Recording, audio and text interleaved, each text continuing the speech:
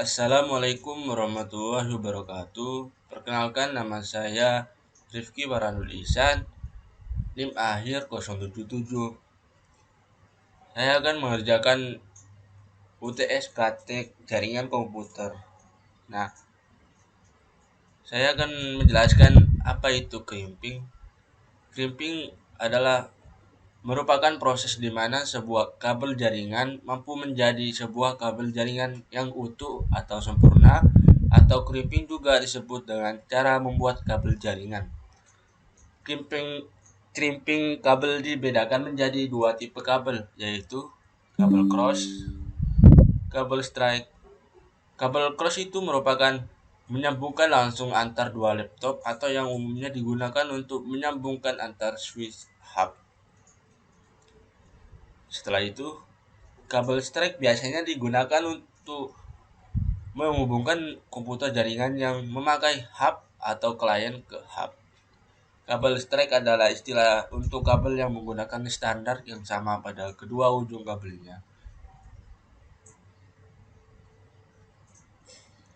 Nah, di sini ada gambar kabel UTP.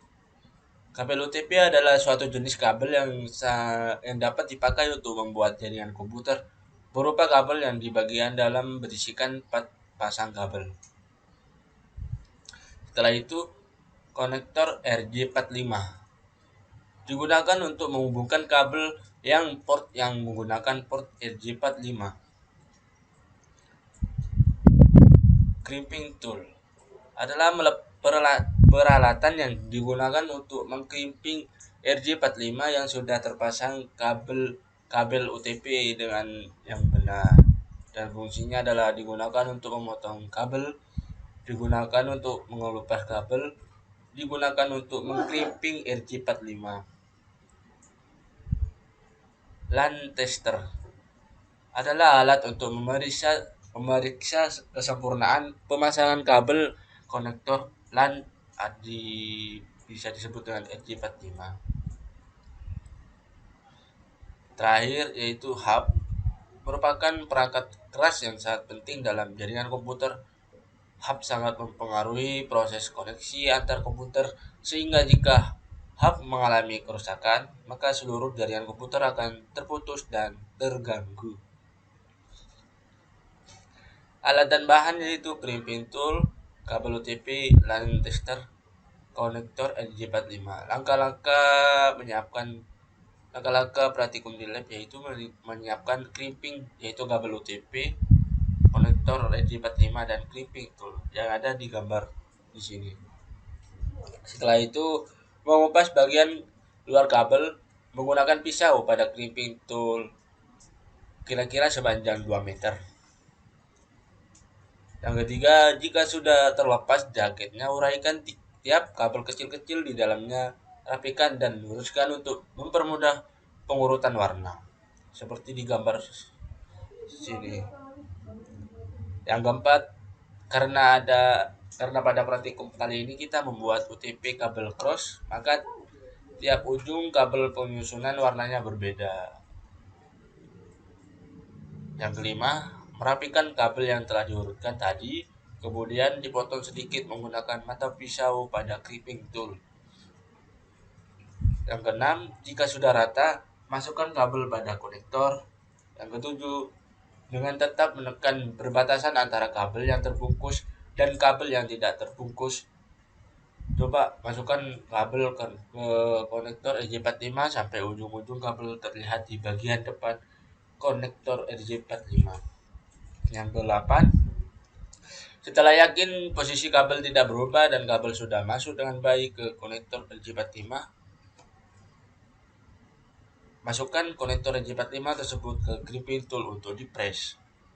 Yang ke-9, jika sebuah kabel telah menyentuh ujung konektor, tekan crimping tool supaya konektor bisa mengunci kabel.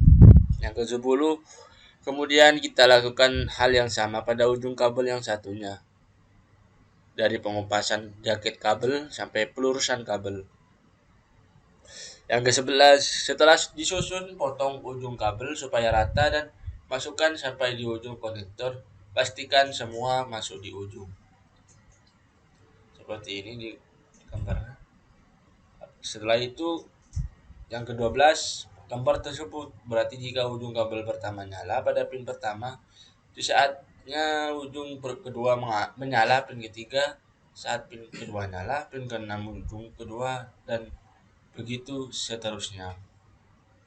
Yang ke-13, hasil dan analisanya seperti ini.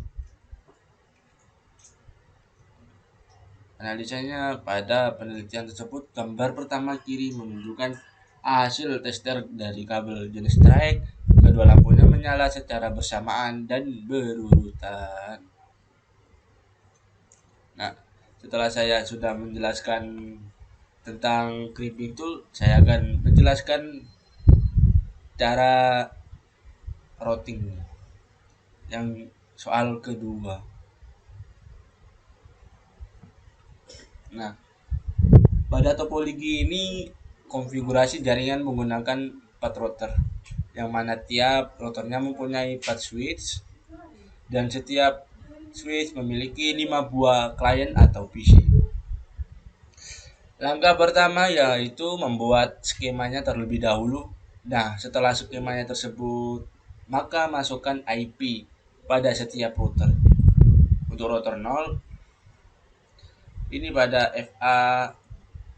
FA0/0 menggunakan IP 192.168.1.77 yang digunakan untuk menghubungkan jaringan pada router 1. Untuk router 0 ini pada FA 1/0 menggunakan IP 192.168.10.1 yang ditunjukkan pada switch yang terhubung dengan klien.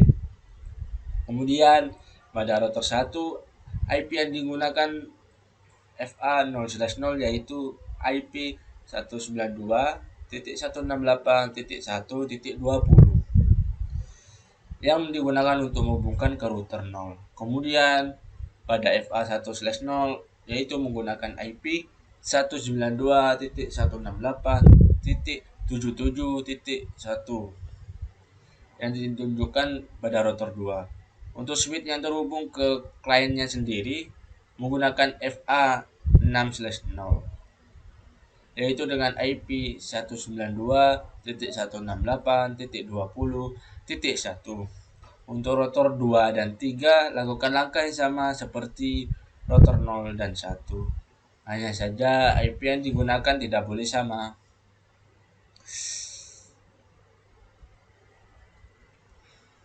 Setelah itu, lakukan konfigurasi di setiap PC sesuai alamat IP yang telah diberikan oleh setiap router.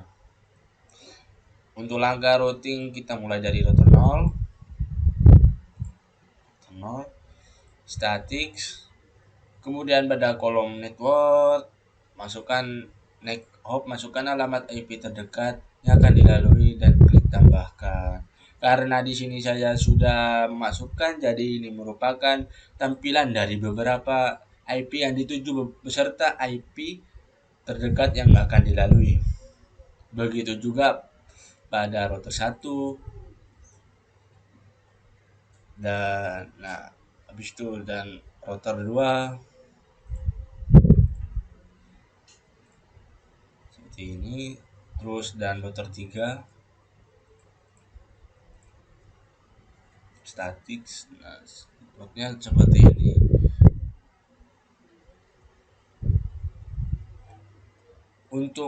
Untuk mengecekkan berhasil atau tidaknya dilakukan tes simple PDU atau mengirim pesan.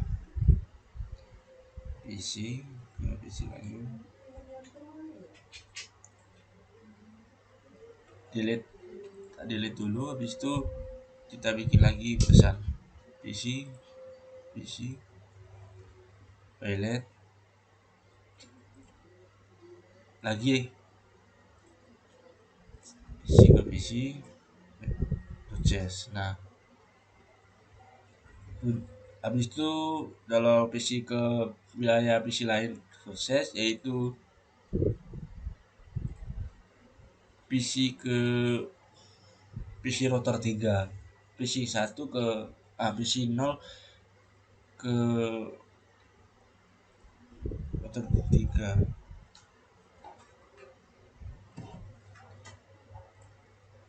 PC ke PC router 3, pilot pesan lagi, pesan lagi,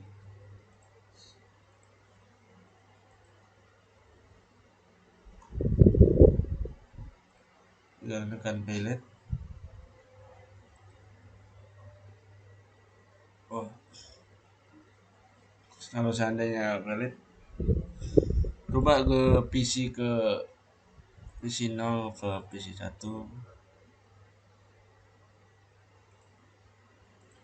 PC sukses. Ya, karena di sini sudah semua sukses, semua maka pembuatan topologi ini jaringan ini sepertinya berhasil. Ya, sekian dari saya. Assalamualaikum warahmatullahi wabarakatuh.